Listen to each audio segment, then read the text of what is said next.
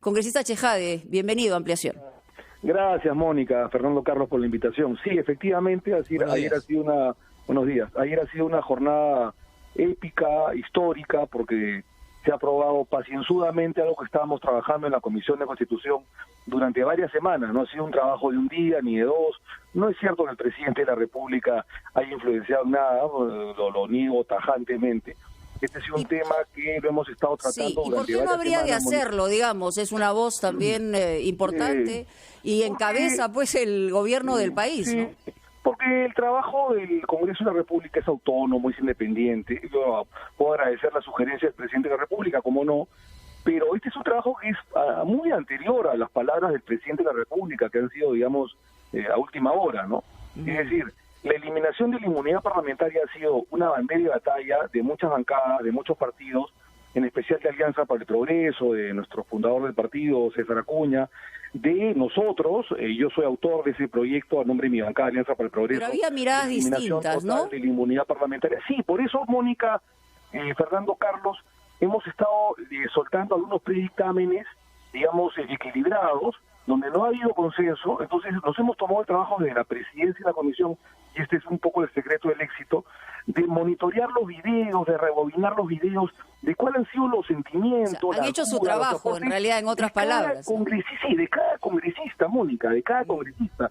Lo rebobinamos día a día, cuál es el sentimiento de uno, qué cosa es otro, para tratar de asignar la fórmula legal. Y esta era la fórmula legal de consenso. Fíjate que 2 días antes de soltar el dictamen, teníamos 14 votos asegurados. El día de ayer fueron 17 votos de la Comisión de Constitución de los 24 miembros. O sea, más del 70% hemos votado a favor. Si esto se repite mañana o pasado en el Pleno del Congreso, tendremos una votación de reforma constitucional con mayoría calificada. En primera votación ya habremos logrado un paso histórico a lavarle la imagen al Congreso de la República, a desentarlo, y que la opinión pública tenga otro concepto del Parlamento de la República, porque lamentablemente, lo hemos dicho hace mucho tiempo, la inmunidad parlamentaria, que era una institución noble, lamentablemente se contaminó por actos ilícitos de corrupción, de mala imagen, y se convirtieron en impunidad parlamentaria. Ayer se ha dado un paso histórico en la Comisión de Constitución. Hay un muy buen trabajo de todos los miembros de la comisión. Quiero agradecer a mi equipo técnico, a la secretaria técnica, al equipo legal, y creo que se ha dado un paso adelante para la reforma política y electoral. Señor Chejade, sin embargo, usted durante mucho tiempo parecía dudar de que se pudiese eliminar totalmente la inmunidad, y más bien hablaba de alguna solución intermedia. ¿Cuándo es que se alineó definitivamente con la posición de eliminar completamente la inmunidad de los congresistas? La semana pasada, para responderte de frente, Fernando, la semana pasada, cuando vi que lo que pasa es que han habido 15 proyectos de ley, 6 o 7 en diferentes sentidos. Entonces, a veces hay mucho preciosismo, yo siempre he dicho que lo perfecto es enemigo de lo bueno. Entonces la gente quería lo ideal, lo perfecto, mi proyecto o nada, decían muchos de los congresistas.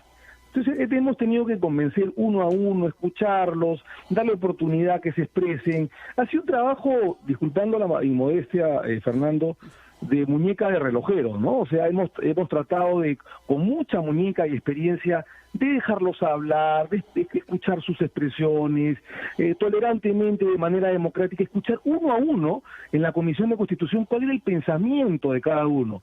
Y de acuerdo a ello conversar también fuera de las sesiones, llamadas telefónicas, hacerles entender que íbamos a favor de una reforma política y no por querer imponer un determinado sentido íbamos a tratar de traerse abajo una reforma política tan importante como es la eliminación de la inmunidad parlamentaria. Creo que lo comprendieron la mayoría. Yo quiero agradecerles a todos los miembros del Pleno de la Comisión de Constitución que se han comportado a gran altura, y creo yo que es un gran paso adelante en la reforma política que prometimos y la estamos cumpliendo.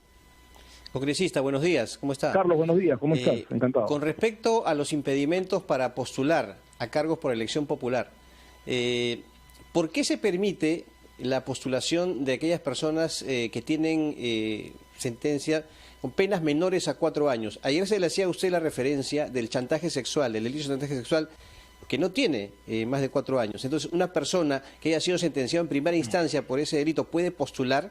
Y en segundo lugar, y se lo pregunto directamente porque de seguro usted leído en varios portales o redes. ¿Usted ha intentado favorecer con el predictamen al señor Humberto Acuña, que es obviamente de su partido, y que además, coincidencia, tiene una sentencia, ¿no?, en primera instancia de 3 años?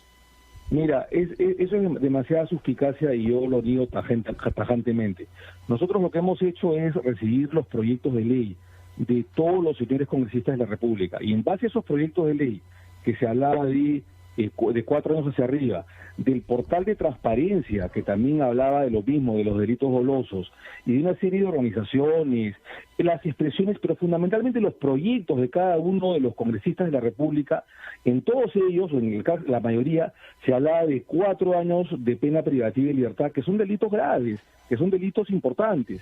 Y creo que no se puede retrasear ni mezquinar la reforma política. O sea, los delitos en general son graves, claro, o sea, más allá de que tengan 1, 2, 3, 4 o 5 años de sentencia, ¿no? Así es, o sea, el tema de fondo aquí no solamente son los años que podrían generar una sentencia, sino el comportamiento de quien aspira a representar al país. Así es. Chantaje sexual es grave. Y prácticamente la mayor parte de los proyectos de ley en la que el presidente se tiene que fijar y moldear respecto a esos proyectos de ley y no inventar absolutamente nada, se habla de 4 años de pena privativa de libertad. Esto puede ser mejorado finalmente en el Pleno del Congreso de la República, todavía falta la votación en el Pleno, ¿no? Falta el debate previo en el Pleno, nosotros no nos cerramos a nada, se puede perfeccionar la fórmula legal, pero creo yo que se ha dado un gran paso adelante en impedir que sentenciados en primera instancia puedan postular, y creo que esa ha sido la conducta de 18 parlamentarios de los 24, de votar a favor de evitar que sentenciados por temas de corrupción o de terrorismo, de tráfico de drogas o de lo que fuera. ¿No ha intentado proteger a nadie usted? De ninguna manera, Carlos, yo lo niego tajantemente. No se ha intentado proteger a ninguna tipo de persona ni de blindar absolutamente a nadie. Tanto es así que ayer ha recibido el respaldo del 80% de la Comisión de Constitución, ¿no? Vamos a hacer una pausa, congresista Omar Chejade. Vamos a seguir conversando no solamente sobre el aspecto de lo que se ha debatido en la Comisión de Constitución, sino la situación que hay entre el Ejecutivo y el Legislativo y qué cosa hay para adelante, porque se ha movido bastante el río. Vamos a una pausa y regresamos.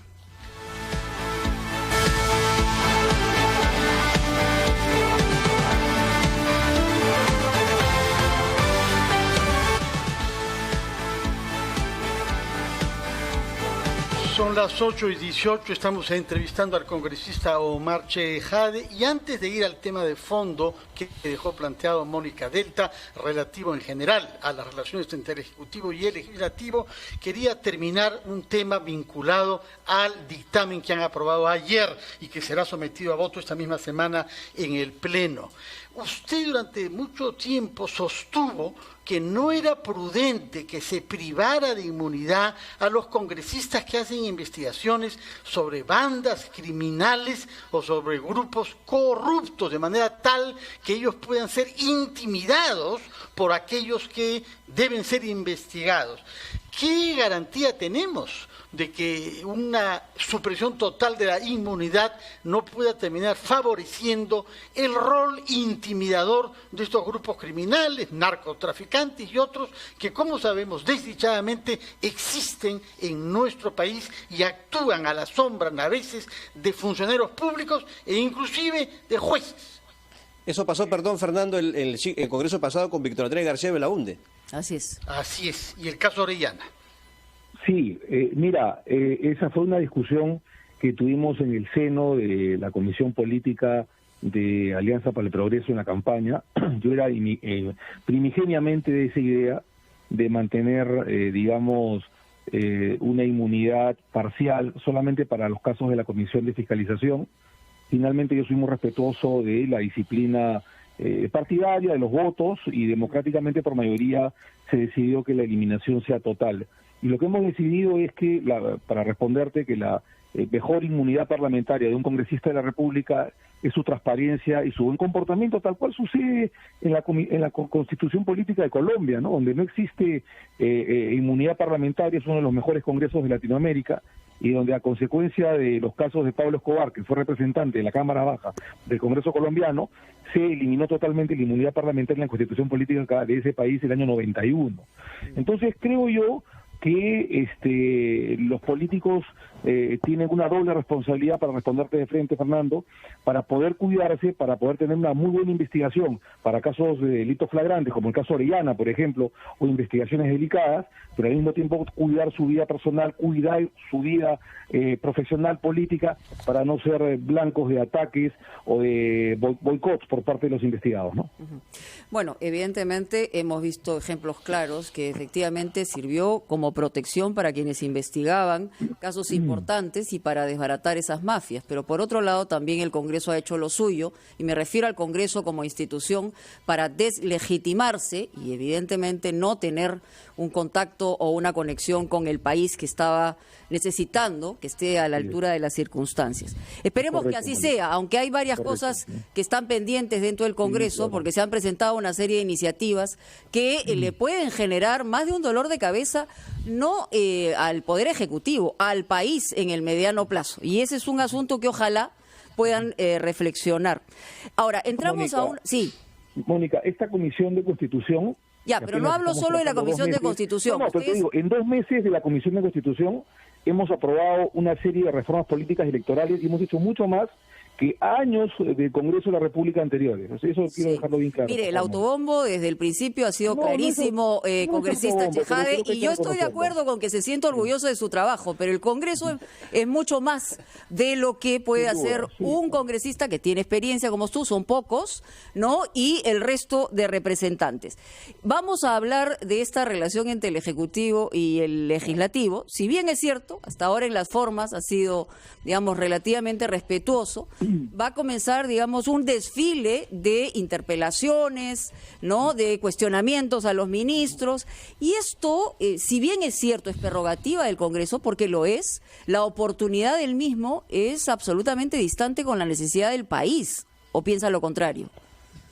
Mira, yo creo que el Congreso de la República, que es autónomo, no se le puede recortar sus facultades de interpelación, si a eso te refieres, o de censura en algunos casos, ¿no? Sí, no me refiero a eso. Hay necesidad en este instante, donde entramos a una tercera fase, donde la economía está en el piso, donde todavía no le hemos ganado al virus, ni mucho menos, estamos lejos de eso.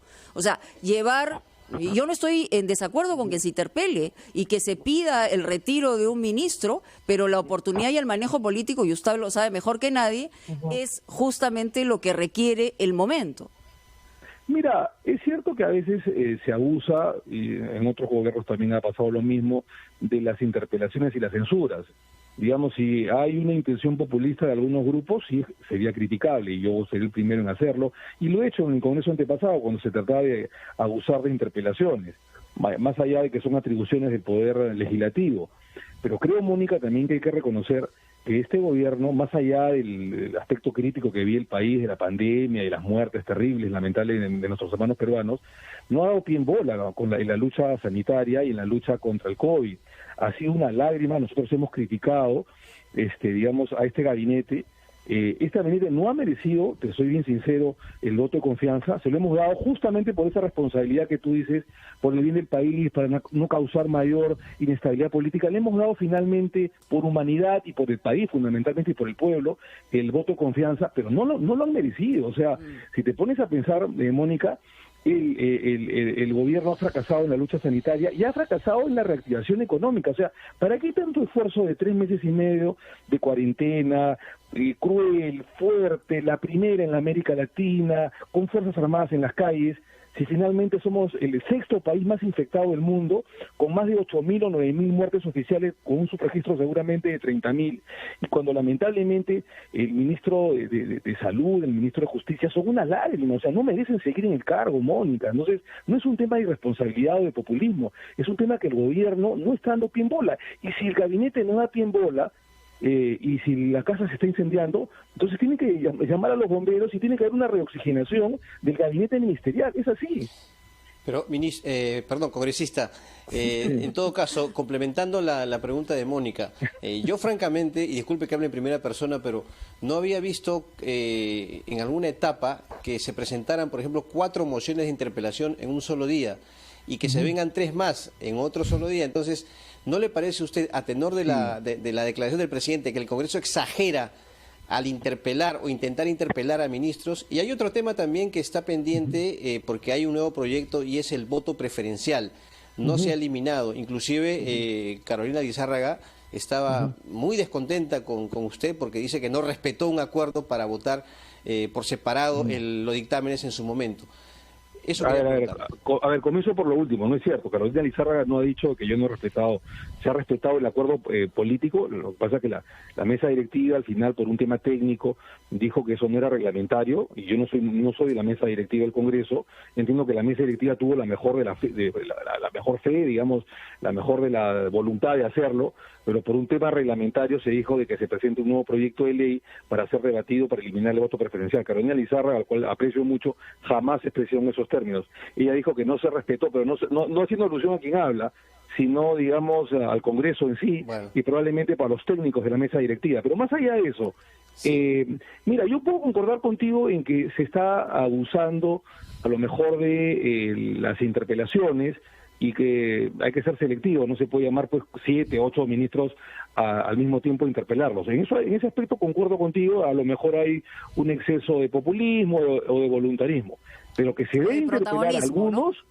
O de protagonismo, estoy de acuerdo contigo, Mónica, pero que se debe interpelar a algunos ministros, y te voy a ser más claro, censurar a algunos... ¿A quién deberían censurar? Mira, por ejemplo, el ministro de Salud ese tiempo debió irse, y el ministro de Justicia, la verdad que no sabe de dónde está parado. Disculpando la frase, Mónica, el tema de los hospitales ha sido una lágrima, han muerto muchas personas, se han infectado otras, ha habido un desmanejo total de lo que son las cárceles, y eso es un tema absolutamente del Ministerio de Justicia. Entonces el ministro Castañeda hace tiempo debió irse, y además jamás debió jurar al cargo, y el ministro Zamora, la verdad, es el responsable de gran cantidad de muertes en el país. Mira, han fallado en las pruebas rápidas, que nunca debieron priorizarse sino las pruebas de descarte molecular.